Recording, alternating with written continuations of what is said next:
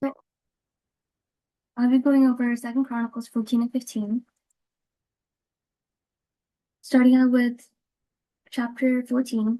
Asa becomes king after Abijah and is described as a king who did what was right in the eyes of the Lord by removing the idols, high places, sacred pillars, and Asherah poles, and calls the people to seek the Lord and obey his commands. Then, because of this, Judah experiences 10 years of peace because the whole nation sought God and the Lord gave them rest. And during this time of peace, Asa fortifies cities and strengthens Judah's defenses. And Asa maintains a strong army comprised of 300,000 men from Judah and 280,000 from Benjamin. Zerah the Cushite then invades Judah with an army outnumbered Asa's army, along with 300 chariots. And before the battle, Asa prays to God, acknowledging that the victory comes from God, and asks the Lord to fight for Judah. So then the Lord struck down the Cushite army, allowing Asa and Judah to pursue them. And then Judah captures the surrounding cities and returns to Jerusalem with abundant plunder and livestock. For chapter 15, the Spirit of God comes upon Azariah to deliver a message to Asa, the message being that the Lord is with you when you are with him, and he encourages Asa to seek the Lord faithfully and not give up. Azariah reminds Judah that when Israel turned away from God, they experienced confusion, conflict, and distress. Yet whenever they repented and sought God, God allowed himself to be found. So Asa continues his reforms by removing more idols, repairing the altar of the Lord, and renewing worship. And people from Ephraim, Manasseh, and Simeon joined Judah after seeing that God was with Asa, showing that genuine faith drew others to the Lord. And then the nations gather in Jerusalem. They offer sacrifices from the plunder of the battle and renews its covenant to seek the Lord wholeheartedly. The people swear on oath with joy, sounding trumpets and horns, expressing their wholehearted commitment to God. And because they sincerely sought the Lord, God gave them rest on every side. Asa even removes his grandmother Maacah from her position because she also made idols. And this demonstrates that he put obedience to God before family ties or political influence. Although some high places remained in Israel, Asa's heart remained fully devoted to the Lord throughout his life. And Asa also brings dedicated gifts of silver, gold, and temple articles into the house of God, and the land enjoys peace for many more years. And that's it.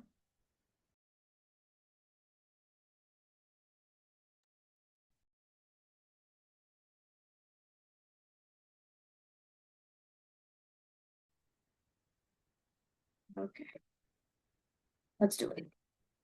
So, in Second Chronicles, we see the first thing that is told to us about who Asa, however you want to pronounce it, Asa is.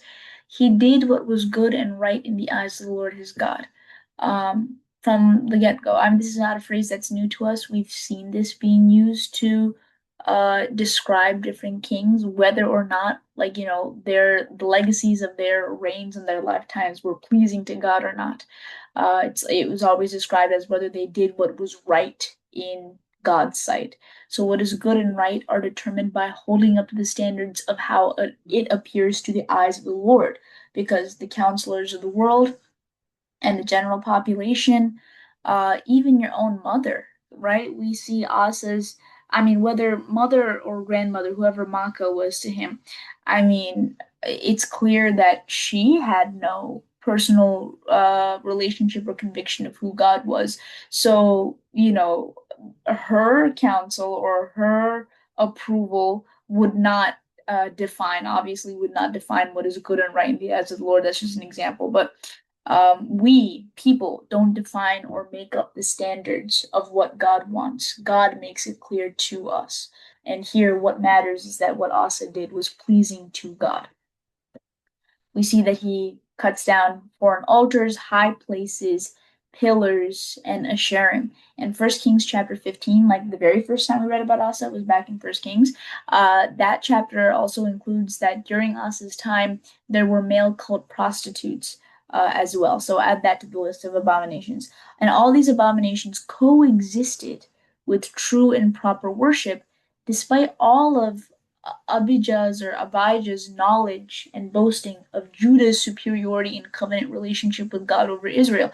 Didn't we talk about last week how when Abijah went to go fight against King Jeroboam of Israel, Abijah is shouting down a hill we're so much more favored than you, Israel, because God chose us and we are God's covenant people, and the crown is always going to be with David's descendants, and we have true and proper worship. We have Levite priests, we have offerings being offered day and night in the temple. You are doing abominable worship. But I mean, all of that being said, just for us to see how all of these abominations, foreign altars, high places, pillars, Asherah, male cult prostitutes, all were thriving in the kingdom of Judah alongside true and proper worship. Sure, they have Levite priests, right? The temple of God is still there, and sure, they're doing offerings on it day and night, and yet all these abominations are coexisting at the same time. So Abijah knew God, obviously, the way he was talking to Jeroboam last chapter during that battle, before that battle, we see that Abijah knew what God's standards of worship were, right? But knowing of God is not the same as wholeheartedly seeking God. And Abijah's son Asa was willing to wholeheartedly seek God and obey. Asa commands Judah to seek the Lord, the God of their fathers, and to keep the law and the commandments. I also highlighted seek there. When I press this, you can't really see what I highlighted, but seek in verse 4, right? So the false worship and abominable practices need to be replaced by something, or the habits will return. So we see how, Asa did away with all the abominable stuff, right? But what is he replacing it with? He's replacing it with the commandment to seek the Lord and to keep the law and the commandments. So the law of the Lord is what should occupy hearts, not the love of legacy. Like Asa is not pointing them to some forefather. He's not, asking them to do whatever the current leadership is doing, or he's not pointing them to mankind or any structure of mankind. He is pointing them to seek God for themselves, to seek God actively, and to keep the law and commandment. Go back to the basics, go back to the word. And again, Asa is commanding them, not suggesting, commanding this to them, not suggesting it. Asa takes out the high places. It's repeating that. He takes out the high places. Um, and the incense altars. So something else that was there, incense altars, and the kingdom had rest under him. So high places were never pleasing to God. There was never a moment that God commanded them to be built, that God approved of them, that that was God's perfect will. The very fact that these things have been here this long was purely because God is simply tolerating it, not accepting it. And as we know, as we've said many times before, Samuel is the one who instates this. But anyway, back to the current thing. See the correlation of removing false worship with the rest that only God provides when his people turn from wickedness to his will. It's really clear. It says the kingdom had rest under him. When it says he also took out the high places and the incense altars, like there is a correlation. It's not something that, it wasn't just something that, that he did on a whim. It directly had to do with doing what God's will was, and God's will never had anything to do with the high places.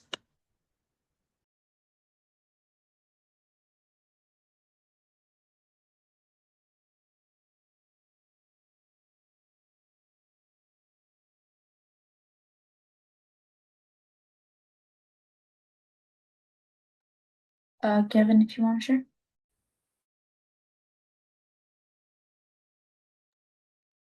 What I wanted to say was how like it wasn't because that he had fortified the cities in Judah that the land had rest. It was because of the Lord who gave them that rest, who gave them that peace to be able to rest through their like time as Judah.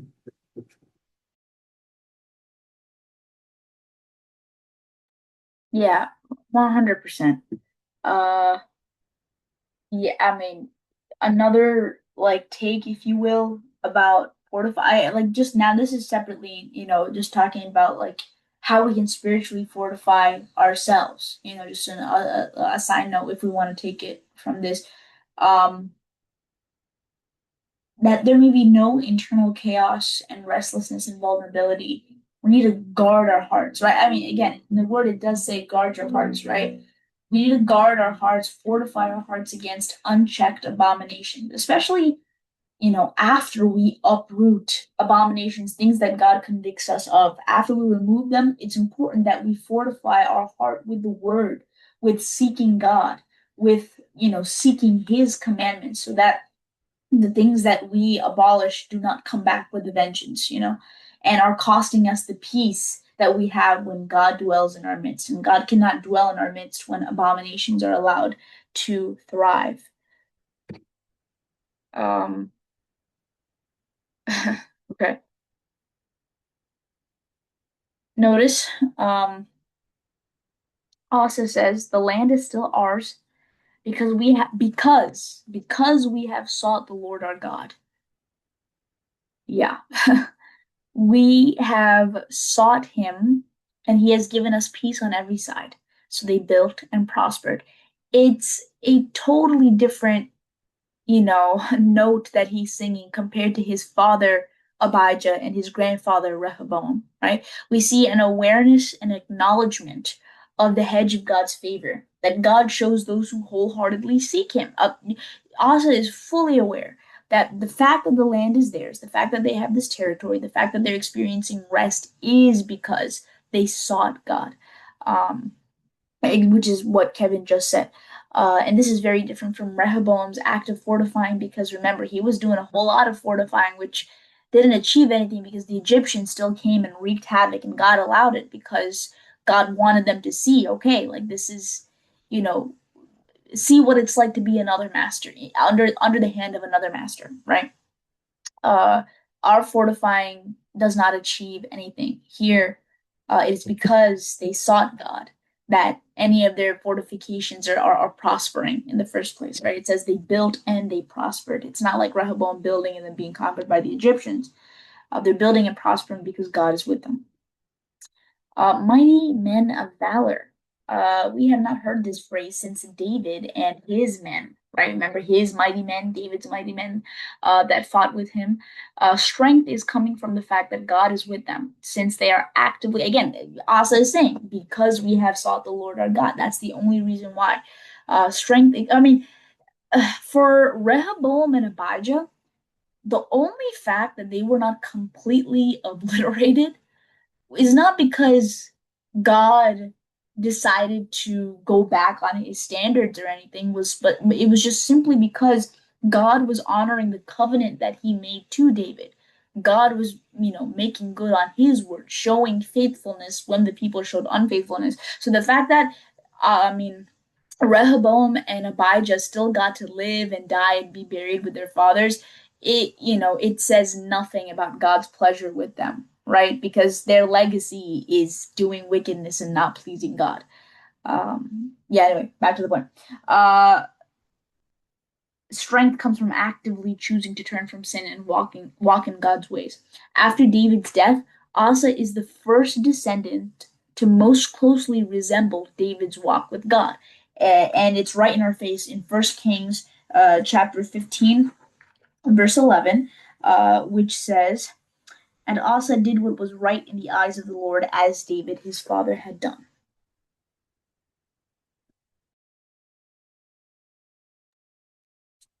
Here when Asa says, "Oh Lord, there is none like you to help," Asa isn't asking God to bless the clan that he already made, but he begins by acknowledging his complete dependence on God. Even though, Asa had wisely fortified cities and maintained a strong army, when he was faced with an enemy twice the amount of his soldiers, he recognized that human preparation alone could never secure victory. And this mirrors Psalm 20 verse 7, which says, "Some trust in chariots, some in horses, but we trust in the name of the Lord our God." And that is exactly what Asa did. He fully trusted in the Lord. Amen. Yeah, totally supported here, right? The fact that you highlighted this already, Reba, but his God, in him praying, "We rely on you in your name," and referring to God as our God, right? And then it's followed up with God acting upon this. So the Lord defeated, right? It's not Asa and the people that defeated the Ethiopians, but the Lord. So Exodus 14:14, the Lord will fight for you. You only need to be still, right? But do not confuse stillness with whatever in the world Abijah was doing, right? Like he's claiming closeness with God and like the legacy and the heritage of being God's people, but doing absolutely nothing to actually walk in that way. He's quite literally being still, and that is an achievement. The only reason why God freed who Abijah from Jeroboam and the kingdom of Israel was simply because of God's faithfulness to his promises to David and his descendants. But here, the stillness that Asa and the Israelites are demonstrating is not inactivity, passive faith, or simultaneous tolerance of abominations. It is actively choosing God, actively seeking God. That's what you're supposed to do in the stillness, not you bearing arms, freaking out over battles and trying to fight them with your own strength, but rather be still, let the Lord fight for you, and He will fight for you when you are still. What is stillness? When you actively seek Him. That is stillness. That's the rest that's being repeated here again and again and again. Stillness, rest. Where's the rest coming from? From the fact that they are rejecting and like weeding out the abominations and the sin and the wickedness and turning to God, seeking Him and following, obeying His commandments. The fear of the Lord was upon them. Uh, we see that this overrides the fact that Asa's army was half of what the Ethiopians had. The Ethiopians came out against Asa and them. It said that God gave them rest, yes? Like Asa and the kingdom of Judah did not have to go out and actively fight any battles. They were not starting anything. Uh, in verse 9, Zerah the Ethiopian came out against them with 1,000,000 men. All right. And it said in the previous verse that um, Asa and the people of Judah fighting men were like about 580,000, which is like about less than 1,000,000. Yeah, I mean, half of 1,000,000, right?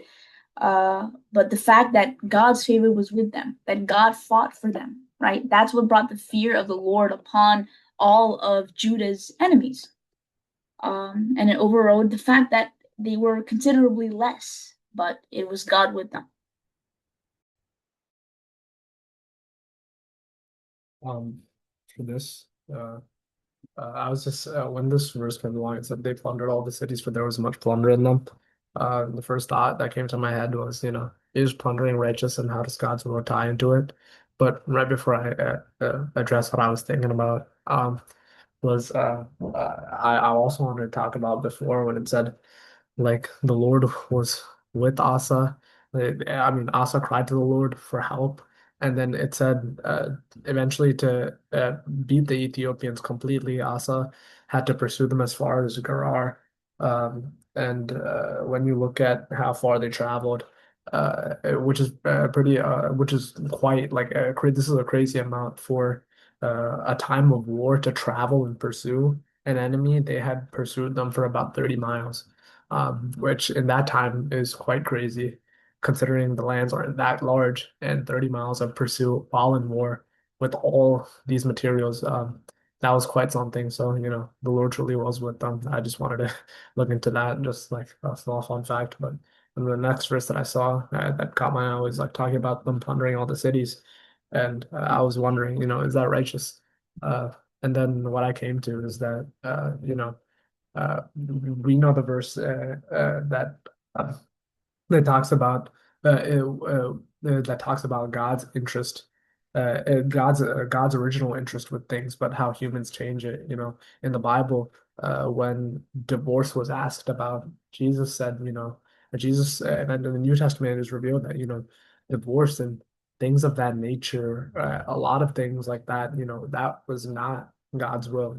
He did it for you know to for the people's sake, for the people's sake, and for the people's sake, because that's just a custom that they needed at the time. It's not God's perfect will, but it was permissive will to to help the people still function in a normal way, because the sorry to help the people function in a normal way. And sometimes I've asked, why is that necessary? Why can't God just Why can't God just say no? Like, why was that necessary? Why was adhering to the people's interests necessary? And when I was thinking about it, it was just simply because if God didn't adhere to those interests or adhere to those norms of the time, I feel like the people would have rebelled entirely. It would have been way harder to keep Israel even as his own people because they probably just wouldn't understand quite at all. Because it's because we're thinking about these moral things in a lens like right now, in our lens of today, in our perspective of today in our environments, what we consider is right and wrong is that's just what we've known our entire lives or quite a long time. A few like it's like a modern age of morals.